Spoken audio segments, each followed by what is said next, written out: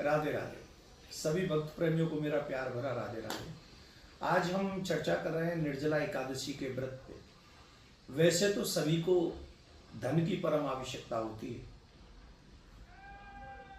आज हर मनुष्य धन के पीछे भाग रहा है, तो इस वीडियो के माध्यम से हम आपको इस विषय में भी बताएंगे। निर्जला एकादशी का व्रत है, उस निर्जला एकादशी के व्रत से कैसे आपके धन की प्राप्ति आपको हो सकती है। इसलिए इस वीडियो अवश्य आप भी देखें, औरों को भी अवश्य शेयर करें।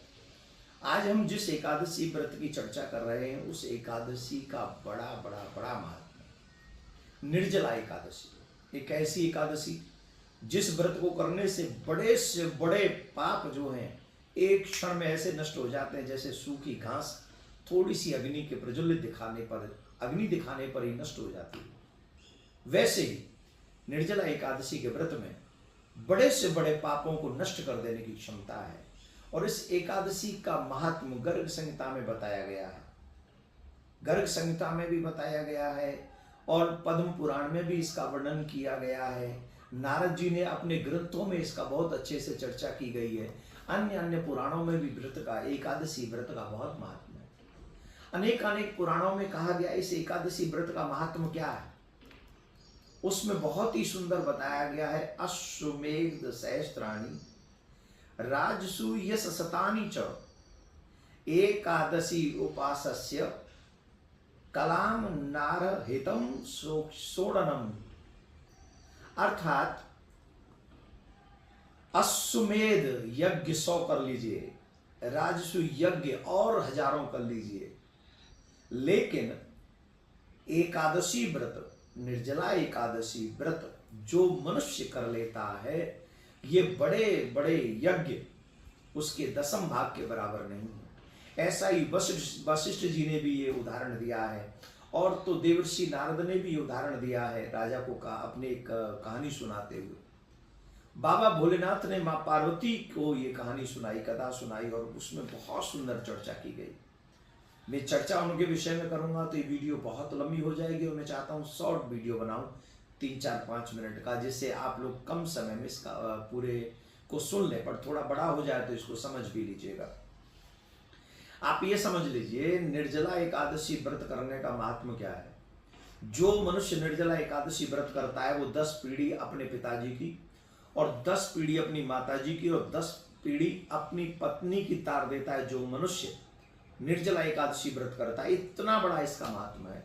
और इतना ही नहीं, इसमें कई चीजों को मैं डाउट आपको थोड़ा क्लियर कर देता हूं, इसको थोड़ा विस्तार से लग जाए तो देखिए।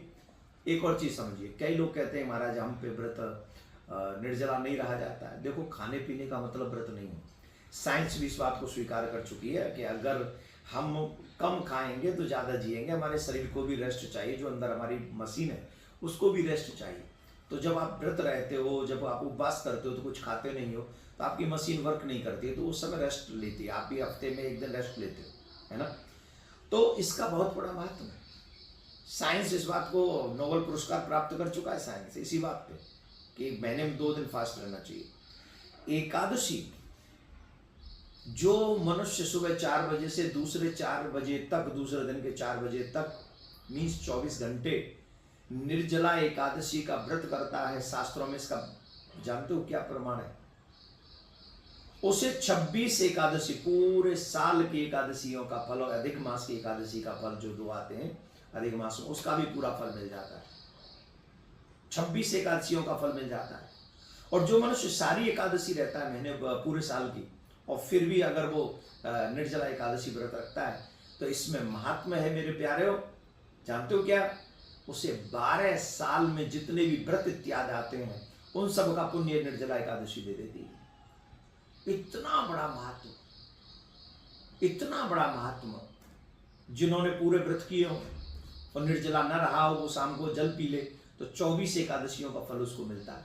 2 एकादशी अधिक मास वाली कट ऑफ होती है बस। इतना बड़ा महत्व है। हमें निर्जला व्रत खुद भी करना चाहिए, दूसरों को भी इसकी प्रेरणा देनी चाहिए। अगर न हो सके तो कम से कम सूर्यास्त तक हम व्रत करें बिना जल के, तो कम से कम 24 एकादशियों का फल मिलेगा।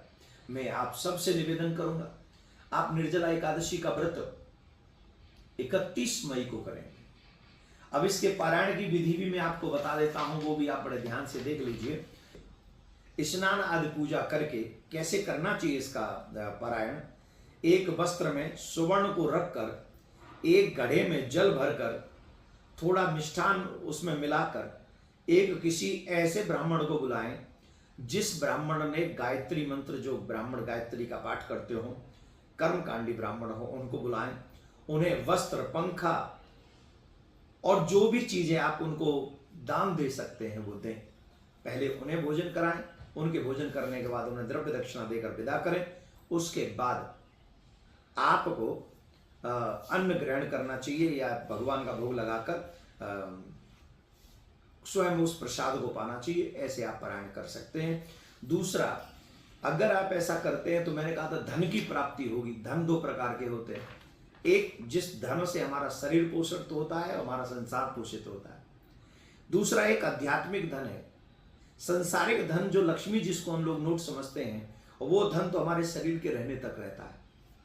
परंतु जो व्यक्ति इस व्रत को करता है, ये आत्मा का धन है। धर्म धन, जो धर्म है वो धन है, और वो धन जो है वो परलोक तक हमारा साथ देता है। परलोक तक। हरिश्चंद्र महाराज ने जब स्वप्न में दान दे दिया था अपने राज्य को, तो इसी निर्जला एकादशी को व्रत करके उन्होंने पुनः ये राज्य प्राप्त किया, ऐसा प्रमाण मिलता है शास्त्रों में। दूसरा, भीम ने जब भगवान श्री कृष्ण से कहा कि भाई मैं नहीं रह सकता व्रत, तो भगवान ने कहा तुम निर्जला एकादशी का व्रत करो, तुम्हें साल की सभी एकादशियों का फल मिलेगा। तो जो आध्यात्मिक धन है हमारी आत्म पुष्टि के लिए, उस धन का सराबोर हो जाएगा आपके जीवन में निर्जला एकादशी व्रत करने से।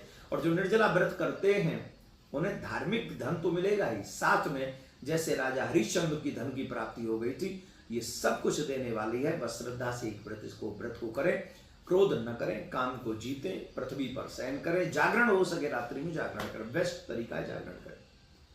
अगर आप इन नियमों के साथ इस व्रत को करेंगे, आपको निश्चित निर्जला एकादशी व्रत आप सबको बहुत शुभ होगा, लाभदायक होगा। आप सबको एकादशी व्रत की, निर्जला एकादशी व्रत की बहुत बहुत शुभकामनाएं। राधे राधे। प्रिया कांजू आपका भला करें, कल्याण करें, आपका भला हो। राधे।